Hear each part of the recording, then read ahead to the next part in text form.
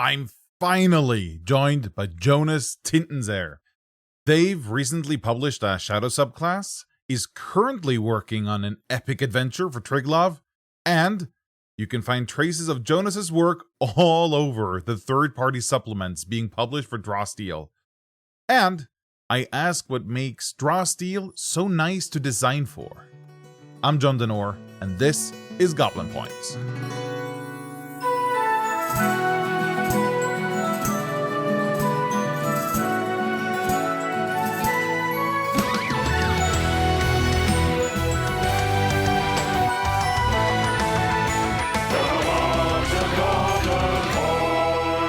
Welcome to Goblin Points, Jonas Tintenseher. I am so happy to be here. So, give us you almost need no introduction, actually. No, come on. But give us an introduction of yourself and also how you ended up in the Matt Colville / MCDM community. Yeah, so I'm Jonas Tintenseher. I am a writer, game designer, video audio editor, and lover of stories and tabletop games. It's my favorite thing to do. And I looked this up in preparation for this because I knew you'd ask this question. I subscribed to Colville. I don't remember what year it was. I subscribed to him around the time that Strongholds and Followers was getting ready to go up, but I was watching him before that because I remember clicking a new video that was talking about Adventure Lookup and how they had created, like, community members had created that off his suggestion. So I was pretty early on, not the earliest. I don't even remember what put me onto him. It might have been just something that popped up for me, or it might have been a recommendation or something adjacent to Critical Role. I truly have no idea, but I've been watching him for a long time. I've been a long-term GM at that point, so his advice mostly wasn't even that useful to me, but I just liked the way that he talked about it and shared the history of the hobby and gave ideas for how to, like, build off of stuff and create villains and create interesting stories and the central tension, new ways to think about your game world. And I especially liked that if I ever disagreed with him, I knew why. He wasn't just a random YouTuber who puts out all this stuff and, can I curse on this show? Yeah. Okay. Puts out all this shit and doesn't have any support for it. Like, I could tell, I knew where he was coming from. He explained his thought process. I knew what kind of person he was to say that. I mean, I don't know what kind of person he is, but, like, the points he came from. So he was a good speaker and a good GM. I enjoyed the campaign diaries, the GM advice, watched the chain. I backed Strongholds and Followers, and I backed Drawsteel. Or no, I didn't back Drawsteel. Did I back Drawsteel? I don't remember. No, I think I did. Yes. No, I did back Drawsteel, and then I ignored it because I knew it would be a while before anything came of it, and I didn't want to sit through the process of getting excited for things that weren't going to happen. But I loved watching the designing the game videos, and then finally, in fall of 2024, I was kind of reminded of it, and I checked on it, and luck would have it, Packet 4 was going out. And the game was almost ready. Yeah. And so I just started trying to push my way into as many playtests as possible. I just really quickly fell in love with the game, instantly started working on homebrew, adapting some of the stuff I had made for 5e, including and some new stuff. Got to know a lot of cool people, spent too much time in the rules questions channel in Discord.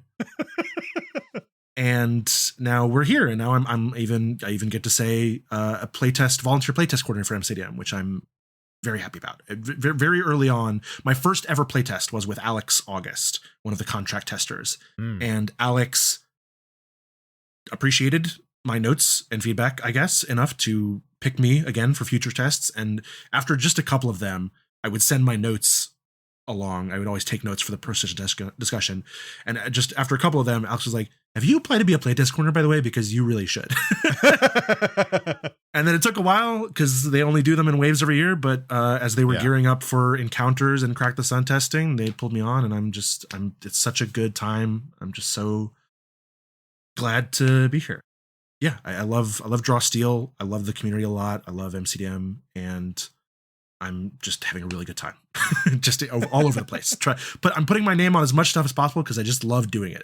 This is such a fun game and community. And I think, well, you mentioned being very active in the Rules Question channel, which I assume a lot of people will know your name from there. But you've also been more or less present in every episode of Goblin Points because of all the work you do for third parties. Yeah. I started offering to do layout work for people because it was something I had a skill in, not a major skill. It's not my career or anything. I did a little bit in college and a little bit for myself since then, making indie games. And in the early stages of the game, there were not a lot of resources for people to make good looking homebrew. More of those resources exist. We still don't have like a full GM binder type thing for Draw Steel, but there's a pretty good like Affinity and InDesign template. There's a lot of Google Docs templates out there. But I had just come from Lancer and making a template for Lancer, which is a much simpler, even simpler style than Draw Steel, which means it's very easy for anyone in the Lancer community to make stuff that looks just like Lancer. And without that for Draw Steel, people were publishing all this stuff that I just found either hard to read just because it's a lot of big blocks of text on white pages, or just like isn't doing the best job of communicating all the stuff. So I just started saying like, hey, if you're ready to publish this, I know some layout stuff. I'll do it for cheap, just like as a side thing. And take it, like I would have done it for free probably, but I asked for money just to prove that I was worth it, basically. Yeah. And a couple people took me up on it, and a couple more people, and now have my name on a lot of the big products out there. And one day I will have them all, and then MCDM will have no choice but to hire me. No, I just really like. I just like talking to the people. I like seeing the designs. I like working on them with it. I like the work of layout. I like editing. So it's a win-win. And I'm very grateful to all the people who have been getting me to do that for them. And then, yeah, on top of that, I've also been doing just other collaborations with people. I'm working with Chaotic Gudra or Madalonian on a couple things, working with Jenny Redacted on some stuff, working with Zeta Sophos. And there's just a lot of really good designers, and a lot of them put out an idea that is like, hey, I kind of want to do that. Can I do that with you? And they're like, yeah, let's do it together. And it goes, and it's great. I'm just really pumped all the time. Plus, also, I what I thought you were going to say, by the way, when you were like, you're secretly on every episode of Goblin Points, is because I've also been doing the transcripts for Goblin Points. Yes. So really just worming my way in there. You got dozens of tentacles all over the Draw Steel community. I am the voiceless talker. I am Lord Sayuri. You see only me. That's his villain action, right? But you're also doing your own stuff. Recently, you published College of Infinite Reflections, which is a shadow subclass. Yeah, I love the shadow subclasses. I think they are probably the most interesting ones in the game, other than maybe Green Elementalist. Sorry, not Green Elementalist. Elementalist in general, especially Green and Void, are just very cool and very unique. Shadow subclasses have a lot of the most like juice packed into the subclass instead of the core class. So like Tactician, all Tacticians do mark, and they do support stuff, and they make enemies attack your enemies, whatever. Sensors all do sensor stuff. But the shadows play really differently because you have either like very teleporty, or all these like areas and bombs and surge focus, or the illusions. And yeah, Infinite Reflections was something that started in 5e as a rogue subclass. I really liked the Echo Knight. I wanted to play a rogue version of Matt Mercer's Echo Knight, where you summon this echo of potential from I don't think technically it's like an alternate universe, but it's like just potential alternate universes. So I really liked Matt Mercer's Echo Knight. I thought it was really cool. I thought the effects and features of it were really fun and made Fighter a lot more interesting than the base Fighter, which mostly wasn't. And I wanted to play that as a rogue, kind of vaguely based on it's like it's blocks on blocks on blocks of blocks of how I got here, but it was vaguely based on this character I had made for a custom Magic set, which was also tabletop inspired. So I really just wanted to play a rogue version of the Echo Knight. I made the subclass. I played it in a Spelljammer campaign. I had a lot of fun. The character is now very close to my heart. Ridian, who is also the iconic Infinite Reflection shadow on the cover of that. And I hadn't thought about it in like years, but then I get to draw steel. Beastheart is on the table. Summoner's on the table. There's all kinds of wacky stuff happening. I also played a lot of Pathfinder 2nd Edition in the middle. They have their own summoner, which is like more like a Beastheart. You have one big summon that you work with. Oh. And I just had all these influences in my head, and I was like, I bet that rogue subclass would be cooler in Draw Steel. Because Draw Steel is a cooler game. And I knocked out most of the design pretty fast, and yeah, it was cooler in Draw Steel. And it took a long time to get ready. It was one of the very first projects in the brewery server, but it took a long time to get publication ready because, first of all, doing other stuff, but also just never have as much time for playtesting as I want, so I didn't get in as many as I want. But yeah, finally had enough playtests, felt good, tried all the levels, and came upon a visual design for the layout that I liked. I wasn't even planning to commission art, but then I started getting paid by some of these other projects, and I was like, you know what? I might as well turn around and give that back, put that back into my projects, and like commissioned 3 pieces when I was like, I'm not going to do any. Okay, maybe I'll do one for the cover. Okay, maybe I'll get another one because the stained glass thing is really cool. Okay, maybe I'll get an item because it looks kind of weird that there's no art for the items. And then thankfully I stopped at that. But yeah, I'm really proud of it. One of my next things that I've recently started working on is another 5e subclass I worked on that I'm also was just like, hey, this is cooler in Draw Steel, which is a Fury subclass that does earth magic. Fury has been my least favorite class. It's not like bad. It's cool. Great class. Fun to smash things from through my own. Just like felt like it had the least going on. For me, for the things that I like in a tactical game, at least, which include like thinking a lot about positioning and supporting your allies and doing weird, kooky, unique effects. There's all the things that Infinite Reflections does, because those are the things I'm interested in. And I was talking to the brewer. I was like, man, what class could take a subclass that can do all these things? Which is I won't get into the list, but just like what can do like this, and this, and dual wield and earth magic and blah, blah, blah. And there were a couple options. I was like, okay, if none of these work, what kind of class could do that I would have to make a homebrew class for? And then one of the other community regulars, Voazina or Vinny, he was like, what about Fury? And I was like, Fury? No, come on. Fury can't. Hold on a second. And yeah, it's a perfect fit. Fury, the base class, actually already has a lot of the stuff that I want the subclass to do. It's kind of the perfect, one of the things people talk about with Fury is like, it's weird that it kind of just jumps into magic primordial chaos stuff at 4th level.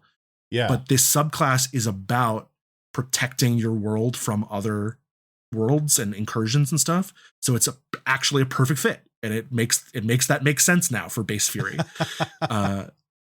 So yeah, I'm been working on those. I have a million other things as well. I mean, there's like unique to Draw Steel stuff I want to do. I want to make more treasures. I want to make more adventures. I want to make more monsters. But those are the Infinite Reflections and this one, because these were my 2 favorite things of 5e homebrew I made. They're very dear to my heart, and I'm really glad the response has been great. I mean, the Infinite Reflections has paid for all of its art already. Wow. Did within like the first week. It was great. Just really delighted to see people responding to it. A lot of people, more than one person, said, I have a player in my game who is a shadow who has this concept of being like torn between alternate universes and stuff, like Everything Everywhere All at Once, Spider-Verse. They're like, I have a shadow who is this concept, and I didn't know I needed this until you put it here in front of me, and I'm going to pick it up. And that, more so than the art paying for itself, hearing that from not just one, but multiple people has been the most rewarding thing. Just like, great, this resonates. I love it. Wow. That actually surprises me that it's Right? currently... I would expect maybe someone to be like, I've had a concept like this, now I can play it. That makes sense. Yeah. But for more than one person to be like, I already have a shadow, not just any class, specifically a shadow who is playing this concept without having had this subclass. I mean, what can I say? Great minds think alike. One of the things that both myself wonder about, and also some of the people that have submitted questions, is where have you picked up all the different skills you apparently possess when it comes to design and layout and everything? It's like oh, is this an expression in English? A Renaissance man? Yeah. Yeah. Because Yeah. you seem to be one. Well, thank you very much. Renaissance them, we'll say. Yeah. My friends and I have this. When I switched to using they them pronouns, my friends and I, one of the running jokes in the group at the time was going, "brother," just at anything. And then I was like, "Hey, I want to start going by they them and like this. And they're like, "Okay, fuck. What do we do? How do we refer to Jonas? Okay, sibling." Just unaffiliated side. Yeah, I mean, so a lot of design, I can't say where I get the design from. I mean, I've never taken, that's not true. I have taken game design courses when I was a teenager. I think I've just played a lot of games. I've played a lot of games. I've noticed what works. I've noticed what doesn't work for me. I can't speak for everyone, of course. I mean, a lot of people in the community who don't agree with the way that I like things, completely fine. I notice a lot of things that work, a lot of things that don't work. I think I have a pretty good handle on player psychology. I especially in the sense that I know that a lot of what I know is anecdotal. So I know that my decisions, even though I feel like they're pretty well supported, and maybe some of them are, mostly they are a narrow field of me and my experience. And I know that, and I can keep that in mind in the back of my head when I'm working on stuff. How will this work? How will this work for people who don't think the way that I do? And a lot of the stuff I do is accounting for that. Like for when I write adventures, which is mostly a new thing for me, a lot of the stuff I'm putting in is like, okay, this is obvious to me, but if I pretend it's not obvious, if I pretend this is obtuse, how do I communicate it? And that instinct as well comes not just from game design, but from writing. I am a writer first. I have a number of novels finished that I am querying for. I have a couple like poems and shorts and audio stuff published online here and there. A lot of those same lessons apply. Like this is obvious to me because I wrote it. I know what's happening behind the scenes.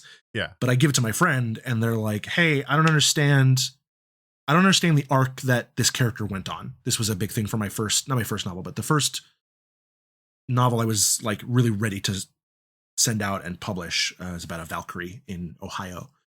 Some of my beta readers were like, "I don't really get the main character's arc. I don't really understand how she changes at the end." And I looked at it all and I was like, well, here's evidence A, and here's evidence B, and here's the climactic transition point, and here's where she realizes it. So what's missing? And so I just added a bit at the end where she just does a little bit more self-reflection and just is a little bit more explicit about how she feels she's changed.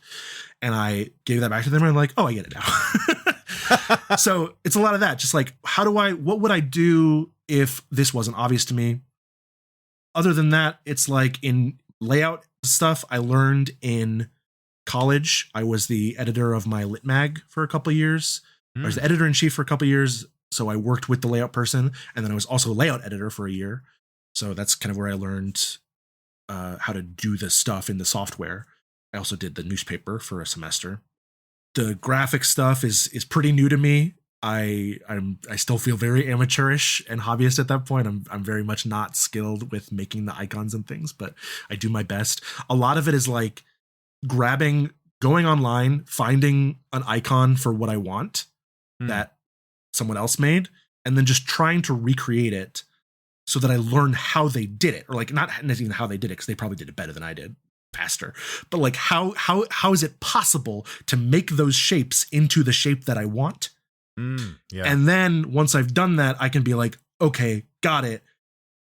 I can't use that because that is just plagiarized, but now I know how to make that kind of shape and I can restart from there. So like my icons for the font that I made for like monster rolls and stuff, 80% of those are like, I couldn't figure it out. I grabbed an icon, I recreated the icon, and then I made a new version with those lessons. The one that I'm most proud of is the dragon head for solo. That took me forever, but it looks great. And I don't know, what else do I do? Video and audio editing. I've just various things for a long time. I've done podcast stuff for several years. Photoshop, just hobby, like it's just all things I just picked up for various things because either it was something that needed to be done that I didn't know anyone who could do or couldn't pay anyone to do, so I had to learn it, or I just wanted it to be done at a standard for myself that I wanted to meet. And the options I had to do it other ways were not up to that standard. I figured it out. Here we are. It's not easy. Everyone is like, how do you do so much stuff? It's not easy. All right. It's a lot of my time. It's a lot of work. It's difficult, and it's not like I'm just cranking this out day by day. It's every little thing takes forever, but it's fun. It's rewarding. It's satisfying to get it right. And speaking of the icons that you've designed that are used in a lot of third party stuff that's coming out, and I'm also using them on Stall. That's my favorite. I'm really glad. Did you see? You saw Colville called it out on his stream. Yeah. He was like, "Why is it a scale?" So I was like, "Well, I'm sorry, I couldn't figure out anything else." I wanted to, because I did have some iconography, but I wanted to align with the rest of the community to make it make sense. That felt just natural to me. But I wanted to ask about those icons and also the consensus that has been reached, at least in the brewery server, when it comes to color coding different types of abilities. And I know that you wrote a message in a screed in the brewery server on why it's important to use those colors, even though you don't necessarily like them arranged that way or those specific colors. Yeah, I don't like them that much. I think main action red makes sense to me. Maneuver blue makes sense to me. Trigger green, no. Green means go, so that should be something free. Like trait. Oh no, that makes sense. So they wouldn't be my first pick, right? But they're no one's first pick. We ran a survey. It came up first when a user, it's either Brett or Brent, I'm sorry, I don't remember, but a user made a post about like, this is something we should do as a community. And I was in the middle of making my icons, which were influenced a lot by Lancer and also by Jen Kretschmer, who's been a guest on here, and her talks about accessibility. I was like, yeah, it does kind of suck. Like, just looking at an ability block and draw steel. This is where it all started. Was there's an icon for distance and there's an icon for targeting, but there's no icon for keywords and there's no icon for actions. And that feels like a pretty important gap to me. So that's where I started. And then it evolved into doing damage types, fixing potencies. The fun fact, in the official glyphs, I hope I can say this.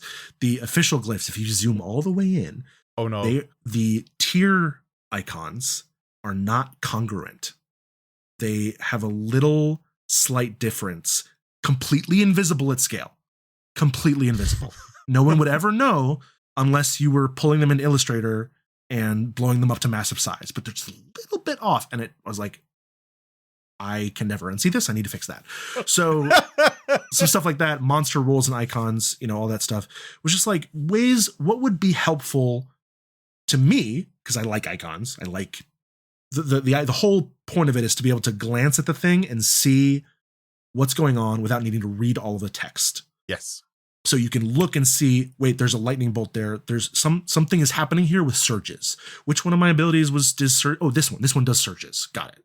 The colors then, so I was in the middle of doing all this, and this color post came up by this user, and I think it is Brett. I really hope it's Brett. And hadn't picked colors yet. I think he suggested some, but he was like, this is something we should talk about as a community, and we should come to an agreement, and we should all start using it together because it's good for accessibility. It's good for, you need multiple avenues of accessibility. You can't just have colors. Doesn't work for colorblind people. Doesn't work for black and white printing. Doesn't work for everything. You can't just have icons because some people are visually impaired, can't tell apart the things at small scale. Maybe just don't like them. Maybe there are people for whom all of this effort does the opposite. Like more bolding, more icons. You put that in the text, it makes it worse for them. So there's a balance to it. There's it's good to provide alternate options. So I jumped on this and I was like, you're absolutely right. We should standardize colors. We should do this as quickly as possible because we're still in the early stages here. This was like fairly early. We need to get ahead of this before everyone starts publishing all of their stuff so that we can make sure there's a standard. And it was hard for a little bit to convince people because everyone was like, I don't want to do the colors like that. It doesn't make sense to me. And eventually we took a survey and we got not like a representative number of responses, but I think like 60 responses or something. Okay, which was pretty good for the time because it was, again, like I said, it was early. And we came up with this list. And I didn't love the list. I don't think anyone loved the list. That was the point of the list, was to be average. Yeah. And I started pushing as hard as I could. It was like, hey, use this list, please. I know you don't like it. I don't like it either. It's not perfect for everyone, but it is the best possible for everyone, at least as we pulled it. I'm sure if we pulled it now, it'd be different. But yeah, sure. We already have the standard, so doing that, we kind of wrote it. So yeah, this post I wrote was just like, I'm not going to call anybody out, of course, because I totally understand where they're coming from as well. Me too. Like, I get it. Right. But there were a lot of people who were just like, I don't want to do that because I don't like it. And I don't think it matters that much. And I would rather do it my way. And then isn't it more important that there's like internal consistency? And it's like, the point of having a standard is that it's easy to translate between products. The point of having a standard for like outlets is that you don't need to bring an adapter with you each time you go to a different place. You have one plug and one outlet and it always works. So having different colors between different products defeats the purpose. And the line that I used that seemed to get a lot of people on board was like, you're absolutely right. For 95% of people, they're not going to care. They're not going to notice. It's not going to help them any more than just having a bear would be. But if there's 5% of people, if there's 1% of people, if there's a single person who ever reads these things and says, this makes more sense to me having these two things have overlap, I can go from one product to the other and can retain that information. If it helps even one person, to me, there's no reason not to do it when there's no cost to us. Right. Yeah. It's so easy to just turn off that part of your brain that cares. Cause like, were you going to do it anyway? Probably not.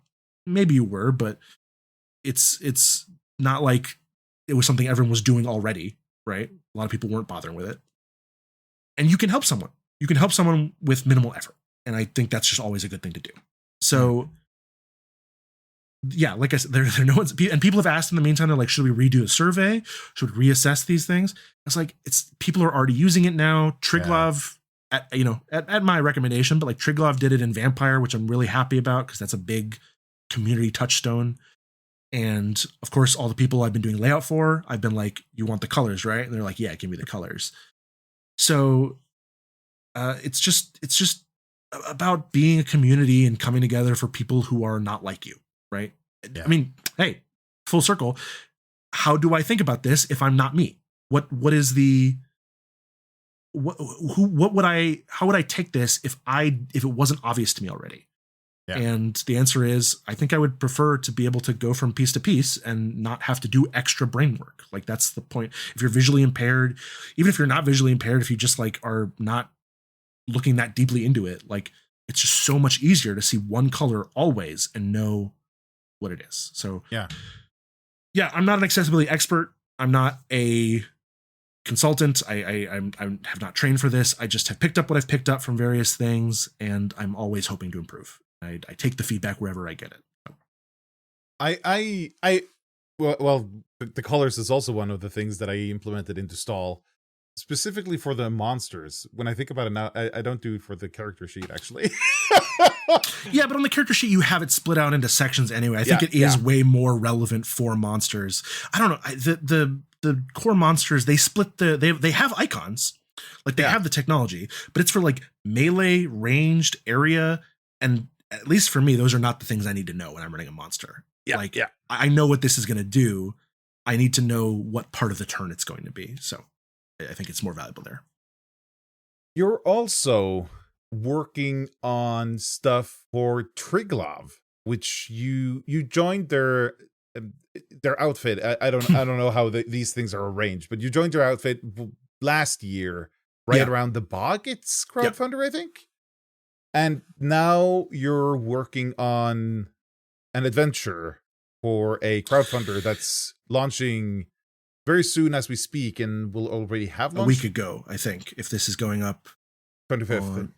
So I think it launches on the 19th, I believe. Okay, yeah. What's in this new crowdfunder? Until the last villain dies. Yeah, Utulvid. Let me say, I just think this is a fun story. I hope it shows my humility. But around when Boggets was lining up, I was seeing, Gub DM had been with Triglav for a while. He told his story of how he joined on his interview, which I thought was really funny. I didn't know that story, but that he had like play tested Spore Bearer, told NNM, hey, this is kind of janky, you need to fix it. Or not you need to fix it, but like, here's how we fixed it. Maybe you would like to do that. And NNM was like, whatever, go away. And then came back a little bit later, was like, actually, I kind of like that idea. Let's talk. And that's how Gub DM got on. I remember I hadn't published anything yet. So completely irrational and egotistical of me to have this thought. But I remember looking at Gub's stuff and being like, what's this guy doing that I'm not doing? I would like to be on Triglav. I like Vampire. Vampire's cool. I want to work on Vampire. I want to work stuff with people. I want to have a budget for things to do. Again, completely unsupported, unfounded. That's why I didn't message NNM or anything. But then actually, I messaged him first when transcribing his interview on Goblin Points. I was like, how did you call this thing? Because I didn't understand the way you pronounced it. And he told me. And then a couple days later, he was like, hey, of these ideas, and he told me all the ideas that Triglav was thinking about, which is like dark fantasy, nautical, a couple other things. Which would you be more interested in? And I was like, well, I think this is actually the most interesting for Draw Steel, but I really want to do dark fantasy. So I'm going to say dark fantasy, and I hope you don't snipe me too much. And he was like, oh, cool, what are you working on? I was like, I have this idea for adventure, blah, blah, blah, blah, blah.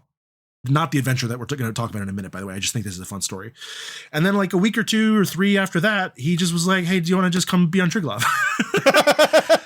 And I was like, okay, yes, I do. We can do some dark fantasy together. And so I got put on Boggets and stuff and helped edit Vampire before release and fix up, language and rules stuff, and started doing design for Boggets and monsters. And we have an ideas channel in the Discord where we post our ideas, shocker. And I remember, I tried to look this up. I couldn't figure out what movie it was. I was watching a movie when this idea hit me.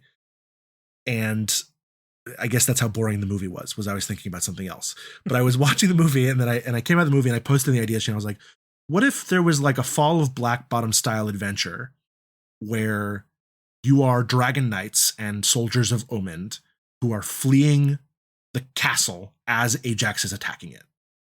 And that's the quest, is just like, Ajax is here, he's besieging Castle Omend, get out with your lives, right? And it could be called Until the Last Villain Dies, or I think I also said, or Against All Tyrants, but we're going to say that it's the first one because that's what it stuck. And so I said that, and in the message I actually wrote, I said, idea that I'm not that interested in, but could be cool. Here's the idea. And then Gub came in and was like, that's cool. What if it was Kill Bill instead? And I was like, now I'm interested. Now, specifically, I think the thing that really hooked me was, I don't remember if he said it first or I said it, but we like landed on, what if you're going to hunt down traitor knights later? And we came up with the flashback idea of witnessing the fall of Castle Omend before you fight each one, and what they did to betray the Phalanx. Oh. And that was what I was like, that's cool. That's Draw Steel. That's sick as hell. So we just started kicking this around a bit, and just, and everyone, I mean, at the time it was just me, NNM, and Gub mostly. And I was like, this is really cool. I want to make this now. And I was like, wow, you want to make my humble little idea? Oh dear. And then we started talking about it, and we were like planning the next crowdfunder after Boggets. And we're like, what's the big hook? And Gub specifically has been the biggest hype man. I'm very grateful to him. He's like, this is the coolest adventure. Everyone should love to play it. I'm like, I'm glad you think so. Boy, I hope you're right. So that became the centerpiece of the crowdfunder, which is very scary to me. And the a lot of the other things in the crowdfunder, because we're doing kind of a crack the sun dealio where you can pick and choose different things to pre-order and support us making them. Two of the other ones are also my pitches. And I have other pitches in the future that Triglav is also planning to make a Triglav thing. One of my homebrew things is a class, a psionic class called the Collective. And it's early stages right now, but NNM read through it at some point. He was like, Jonas, this class is so cool. I want to crowdfund it. Can Triglav do this class? And I was like, who am I to say no to getting me a bunch of art? Sure. So I'm very grateful and humbled that so much of the Triglav lineup now is stuff that came from me. Of course, we're all working on it together. Nothing is just me anymore. But Murder of Corvin Whites was something I was already working on. The Corvin White enemy band and ancestry as prep for a quest I wanted to do or adventure. And Rock's Fall is this thing I started doing in 31 flavors of Draw Steel, the Promptober stuff I did last year, where I was like, I want something cooler than a dynamic terrain object, which, you know, they can be cool, but like they're very small and one note most of the time and often avoidable.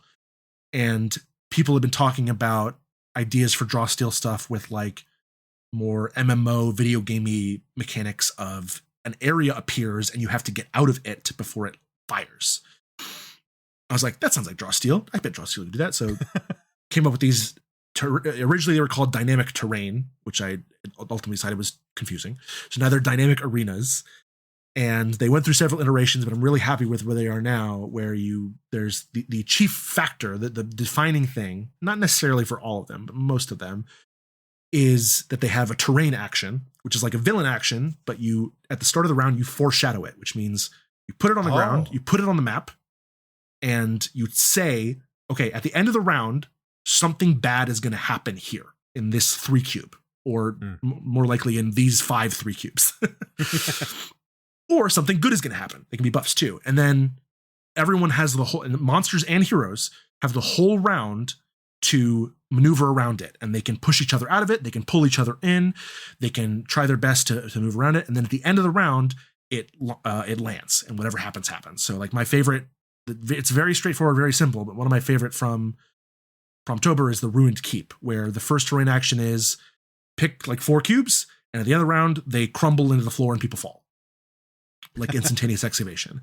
And the next one is like the ramparts crumble and rocks land on your head. And then the third one is just my favorite so far. A bell falls off the bell tower, lands in the middle of the map in the middle of the round, and does a burst that does sonic damage and dazes. Like just simple. The key word here is cinematic. It's just meant to make your battles a little more cinematic and elevated. And just again, it was another thing that just I was like, NNM saw it and was like, this is so cool. We should make a supplement called that's just like 20 or 30 dynamic arenas. And I was like, I would love to do that. So, you know, a lot of the stuff on the docket and coming up is my brainchild, which I'm just so delighted about. We also have 2 others that are not me in there. Grave Matter is NNM is the lead on that. It's about skeletons, and there's an undead quest and a bunch of skeleton options. Really fun. We had a magic item shovel in there called Gravedigger. And then was it Griffin's Saddlebag released, the MCDM did a collab with a 5e magic item maker, and they have a magic shovel called Gravedigger. And we're like, okay, maybe we need to remake that one.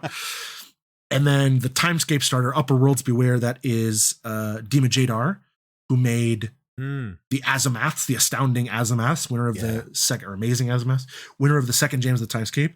Excellent entry, beautiful cover, beautiful layout, really fun sci fantasy space pulp deal. And they are coming back around in this little starter pack of a quest and some space pirates and all that. And just, so it's all this, like, just all the things we have been working on and just pulling stuff in, and what are we most excited about doing.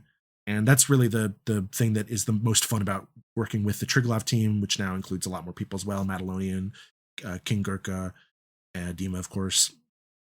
The primary, and similar to MCDM, I think, is like, what are we most excited about? What do we have cool ideas for? What do we think we can really pull a lot of juice out of? And that makes it really fun and rewarding to work with them. Wow. That is a lot. Yeah, what was the question? Well, you did kind of cover it. The question was about Until the Last Villain Dies. Yeah. I want to talk about everyone else's cool stuff. That's me. I talk about myself too much. But you do so much, though. There's so much to talk about. Little here, little there. One of the questions that I've gotten from my patrons is actually about, not related to Draw Steel at all, but I'm also kind of curious about it. They mention, and I've seen you have them on your each page, you've made a lot of smaller TTRPGs, solo TTRPGs. What is some of them? Yeah, some of them. What is the what are those about? Oh gosh, I mean, I foolish of me to just go down the whole list, but I'll try and summarize. I want to say 2020. So I had made a couple small things here and there, just as ideas. One of them was a business card sized RPG. That was my first thing I posted on Itch. Then I made was it for a jam? A lot of it's from jams. I did a lot of tabletop jams. And just to like kind of get my creativity going and see what happens. So Gamut Crew is a business card size game. Clean Streets is this stupid, silly game where you are janitors in a cyberpunk dystopia. Onward from Omelas I played this excellent like world building game called I'm Sorry, Did You Say Street Magic, which I love, I adore. I should have put that in my recommendations, but here's the recommendation now. So I was like, I bet you could do a twist on this, kind of themed after the story, The Ones Who Walk Away from Omelas by Ursula K. Le Guin, which is one of my favorite shorts of all time. And then in 2021, I think, so those were all just like side projects, like just little things I did in between other stuff. And then in 2021 to 20 something, I don't know, pandemic time, I said, I'm going to make an RPG every month. Just a little thing, just to kind of get my gears rolling, experience stuff get to know my tools, my software better, right? That's where I learned a lot of my layout stuff, is from doing all these. And a lot of them, some of them I am supposed to still be working on, and I've gotten distracted. Some of them are just short one-page things that aren't anything more than what they are. Yeah, they're just little ways to explore just different ideas I had. A lot of them come from like different random inspirations they had. One of the first ones was Storm Circuit Odyssey is like, I don't remember if I had played Lancer or not at that point. I don't think I had, but like I was really interested in it. But I was also like, I want a mech game that's more about feelings than fighting. Because we had just finished watching Neon Genesis Evangelion. So that's what that is. It's a game, it's themed around mechs, but really it's about your feelings. Let's Kill Vampire Lord Rasputin and Get Back Home in Time for Christmas I had just seen, I think it was the Kingsman Golden Circle movie where they like assassinate Rasputin. And he is, I remember in like quote unquote real history, this is maybe a legend, but Rasputin was like shot, stabbed, poisoned, beaten, drowned. Like they went through so much. This guy was unkillable. And then finally they chucked him in the river and he died. And we expected, my friend and I saw this movie and we expected something like that, but it wasn't, there was an action scene. I think it was like a dance fight, but then he just died. They just shot him and he died. And we were like, we thought from the trailer that this was the plot of the movie, was killing Rasputin. That would be a cooler story. So I was like, what if I made a game about that? Again, I'm not going to go through this whole list, but there's like, just each of them you can see is like a different idea I had that I wanted to just explore. And some of them came out better than others. Like the machines we built, I wanted to make a game where you have to arrange your dice on the paper to make stuff happen. So in that game, you are like a cute little post-apocalyptic robot, like a brave little toaster. And you roll your dice and then you have to arrange them in equations. So like in order to do your big move, you need to be able to put 3 dice in ascending order that are all odd, right? Or something like that. Okay. I could keep going. There's a lot. There's one that's inspired by 10 Candles. There's a Forge in the Dark hack. There's a Monster of the Week hack. One of my favorites is a Requiem for Horizon Prophecy Online, the Final Four. This is unique in that it was for a game jam called the Dying MMO Jam, that most of the entries were video games, but they didn't say it had to be video games. So I had never written a solo game before. I had just seen a solo game that I liked for the first time, which was called Gray Moon Rising. I was like, I'll take a shot at it. And I came up with this thing. I really like the lore and the role building of it. It's gotten really good reviews. Someone made a whole like article playthrough of it on Cannibal Halfling Gaming that I was really touched by, flattered. So all just little explorations I had. I said I want to do one a year. I did do one a year, and then I kind of started doing other stuff and got distracted. But I still do stuff there outside of Draw Steel. In 2024, actually, right around the time I was getting into Draw Steel, I made Neon Spider, another solo game. So it's just a place for me to put my little ideas that I want to. What if that was a game? What if this could be this? What if this dice mechanic worked this way? And hopefully someday some of them will become bigger games. Like I do Spectres and Spurs is a Weird West hack that I like. The game I want to play there doesn't exist, so I had to make it. And it's not done. It needs to be finished. Something I'm supposed to be doing, but I'm doing Draw Steel stuff instead. Hopefully I'll come back around to it. Cool. I find it so interesting because I'm so used to playing these TTRPGs with these tomes of rules. Yeah. And while I have played like Honey Heist and Lasers and Feelings, these is it Grant Howitt that designs them? Big inspiration for me, of course. Yeah.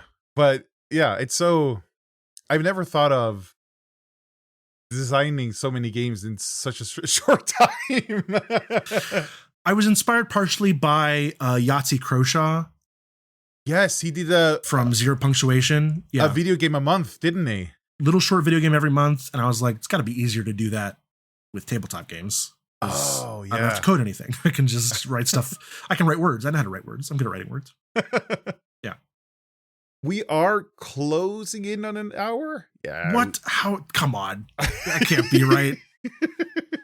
Well, I do have one question, almost like a not non sequitur, some other fancy word probably. Yeah. But I have one question that I wanted to ask. Yeah. Especially as someone who's been, or at least had their, I guess, tentacles, yeah. I don't know, yeah. in so many products around Draw Steel. Do you think there is anything inherently about Draw Steel that makes it such a fertile ground to design for? Because it feels like there's so much happening around the game, and is that because of the game? I think it's a lot of things. Of course, it's not just the game, but I do think a lot of it is the game.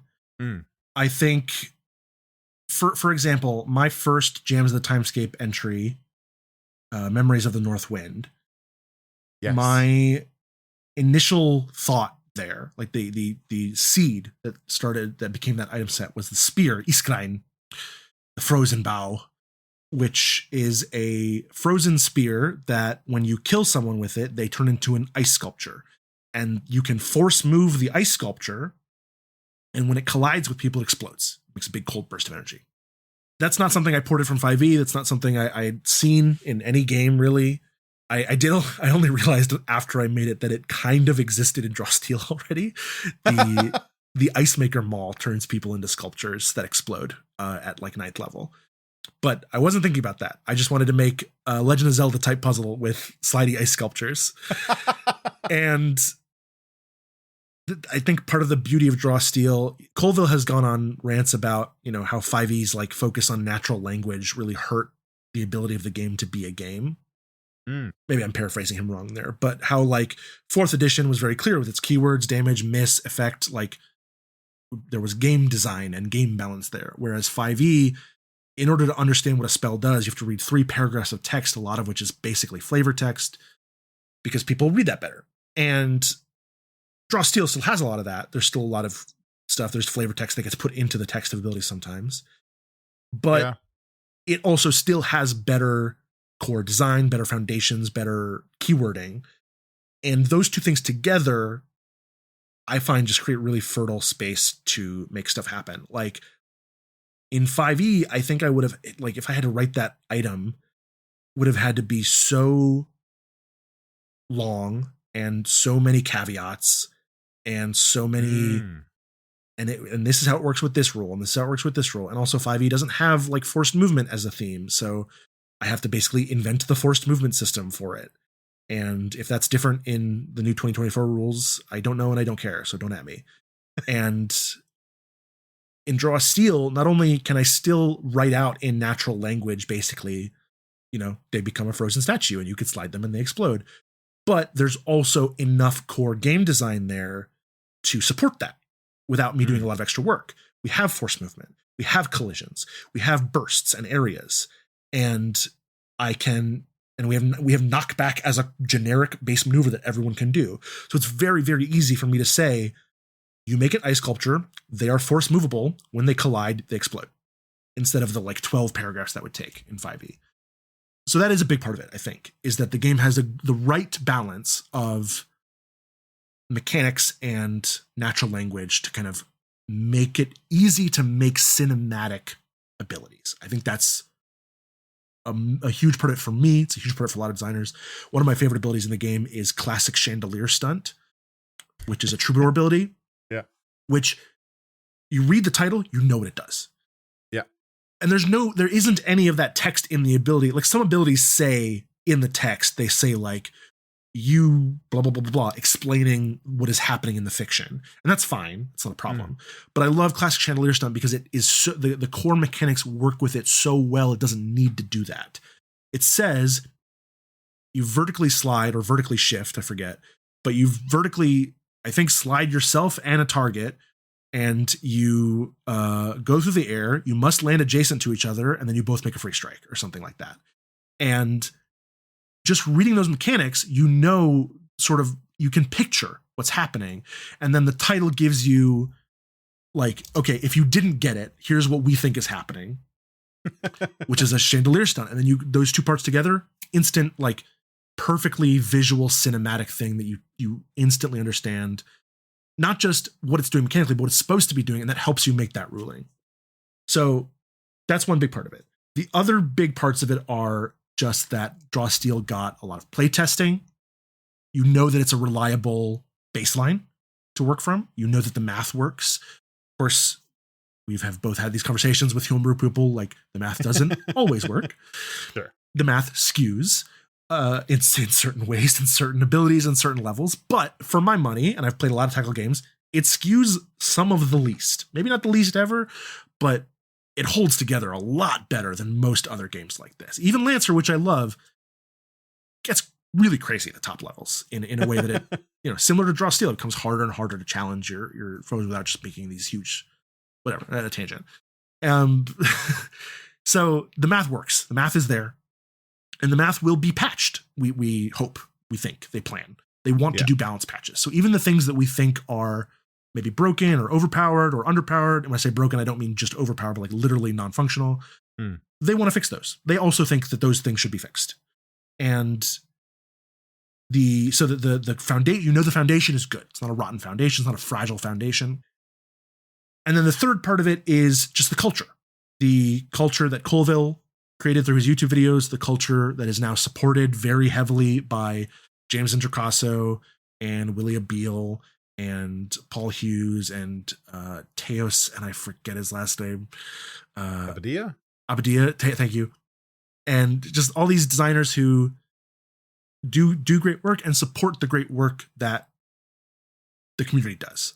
And not only support it, but when like those designing the game videos from Colville and James and all those people. And by the way, I say Colville because there's like 5 Matts in this hobby. So just to be clear who we're talking about.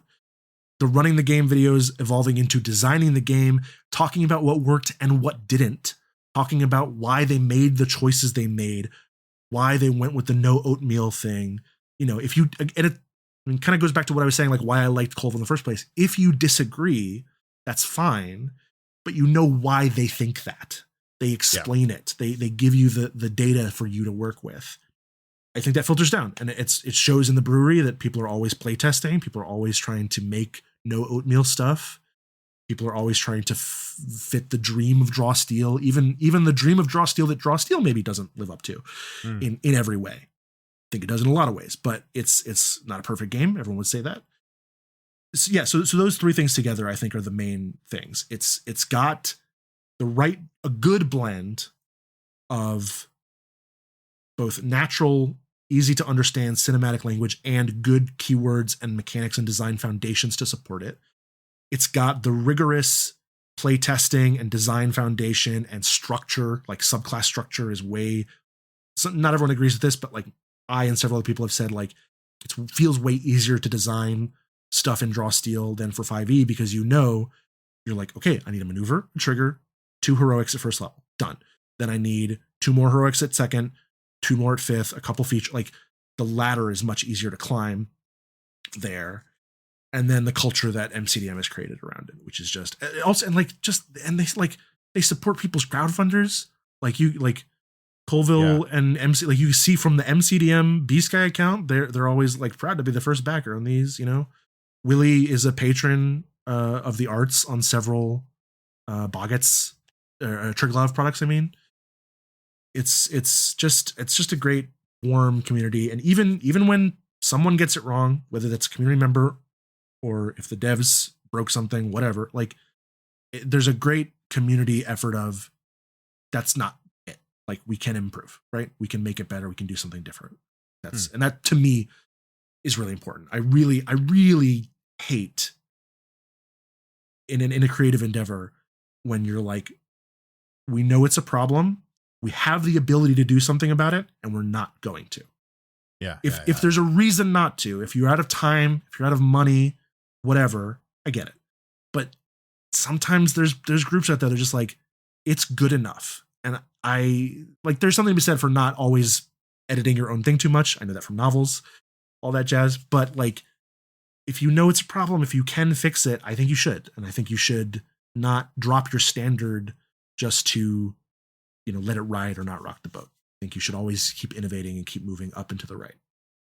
A profound end to the questions. Yay. I always ask my guests to bring some recommendations, and you've already told me that you have a list prepared. I have a list. Notepad. Lay it on us. What have you brought for our listeners to check out? I've got a few. I'm going to keep it short. So the reason, and I should say also, the reason I brought a list is because most of them are pretty mainstream. So I need to shotgun spread to make sure that it's something that someone hasn't heard of yet, because I don't think my tastes are like super niche or anything, but these are I'm a creature of stories. I love stories. These are all the stories that like make me who I am and have influenced me over the years. So top of the list, number 1, you don't listen to anything else I say, Outer Wilds. You must play Outer Wilds. There's only one excuse for not playing Outer Wilds, which is if you get motion sick, because it's a lot of flying around in space. But otherwise, it is an absolute masterpiece. It is my favorite, not just my favorite video game, it is my favorite anything of all time. I aspire to one day make something half as good, 25% as good as Outer Wilds. It changed my life. It infects everything I do all the time, forever. It's great. And the only way, it's one of those things where you don't go in with spoilers. Just pick it up. Don't read anything. Just play it. Just figure it out. And the only way that you can relive the experience of playing Outer Wilds is by having other people play it and watching them or hearing about it. So if you pick it up because of this recommendation, DM me and feel free to tell me how your adventure goes and be curious on your journey. Next is Puella Magi Madoka Magica. It's a magical girl series. I really like it. Fans of the magical girl genre are sick of hearing about it, and that's fair. But specifically, I love the way that the story moved in the sequel called Rebellion. It was, again, like a life-changing, not so much life-changing, but like a mindset-altering way of doing a sequel that I just love. Again, it's probably not the first one to do it, but it's the first time I saw it happen. So check that out. Check out the sequel. I always now, it seeps, this is how I think about all my novels and my stories this way now. Speaking of books, Sirens of Titan by Kurt Vonnegut and Hitchhiker's Guide to the Galaxy, Douglas Adams, both very popular sci-fi. I'm not breaking any news here, but they're important to me. They're good books. Read them. Forest of Forgotten Vows. This is, I'm biased. A friend wrote this book and the sequel, and she's currently working on the third book. But I really genuinely like them. They are, if you are sick of the like fairy romantasy genre, these are fairy mystery thrillers, and they are very compelling, very fun. And the protagonist is the most relatable protagonist I've ever read in a book. I have never connected to a protagonist the way that I have with Tamsin Bellamy in these books. So hard recommend there. Your Name, Kimi no Na wa. It's a movie. It's an anime movie. It's just one of my favorite movies of all time. Made me cry a lot. Makes me cry every time. Also, Everything Everywhere All at Once. Favorite movie of all time. Just excellent. Cinematic masterpiece. If you watch that, you will know why I made College of Infinite Reflections. I Saw the TV Glow. Excellent, powerful queer movie. It was kind of trailered as a horror movie. It's not that scary. It's more of a psychological kind of drama. Watch it. It's beautiful. I know I've said this twice already. There's a scene in the middle that changed my life. Strong recommend. Underwater, the horror movie with Kristen Stewart. My friend and I went to see this movie thinking it would be bad and laugh at it. And we spent 40 minutes in my car after the movie talking about how intricate the themes were. And we made a video essay about it.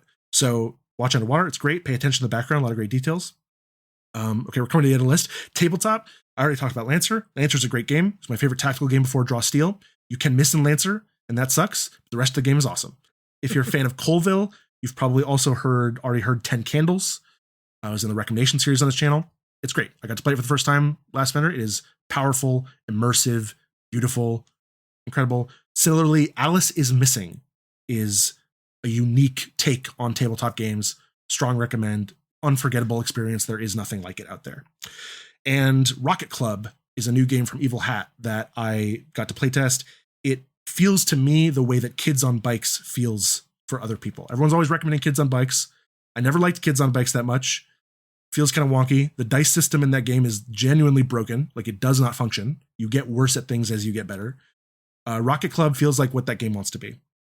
And then Tether is a 2-player journaling game that is just, if you've never tried a journaling game before, it's where I would start. It's really cool, really fun premise. You both have a notebook. It's like diegetic. The notebook that you are journaling in is linked between 2 time periods, and the characters have to use that to figure out how to stop the bad thing from happening. Thank you. End of the list. Music. Lord Huron, Yealokre, which is Yaelokre, and Paris Paloma. These are just 3 artists who have been constantly on repeat as I have been finishing up writing and editing my most recent novel. So they deserve a shout out. Thank you for letting me do all of this. That's a hell of a list. Like I said, a lot of it's mainstream, but whoever's listening to this right now, one of those things you haven't heard of. So go check it out and make sure it's Outer Wilds first.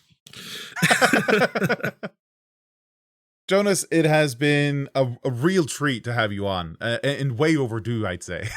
I was always waiting to like request to be on for when I had a big project, and I'm very glad. Man, I didn't talk about the adventure enough, but I'm very glad to be doing it. I'm really excited for it. I guess I should probably, I feel silly saying it, but check out the crowdfunder. It's live right now. A lot of cool stuff in there. Until the Last Villain Dies on BackerKit. We'll appreciate your support very much. Thank you so much for having me, John. Thank you so much for coming on. Thank you so much for coming on, Jonas. I really like Jonas's insight on what makes Draw Steel so fun and engaging to design for. I have my own theories too, but I think Jonas's point about the balance of mechanical and natural language is a good one. I want to thank the Dice Society, Anton Kermola, Too Tall Fern, and Ananam for submitting questions for Jonas. If you want to be featured on Goblin Points or know of someone else who should be, leave a comment on YouTube or Spotify or send me an email on tips@goblinpoints.com. Links to everything, including this script, can be found in the show notes and on goblinpoints.com. You can support my work by becoming a patron member. Paying members get to submit questions for my upcoming guests here on Goblin Points. You also get access to premium features on Stall. Stall is a digital toolset for playing and running Draw Steel. Digital hero sheets, encounter builder, monster lookup, the complete rules texts, and more. such as the Stall Supplement Index, a comprehensive list of supplements being published for Draw Steel, in one convenient place. Visit stall.app, STAWL.app. Next episode is on the 5th. That's the news roundup for May, featuring Crow's details, more supplements for Draw Steel being released and funded. See you next time. Snackis.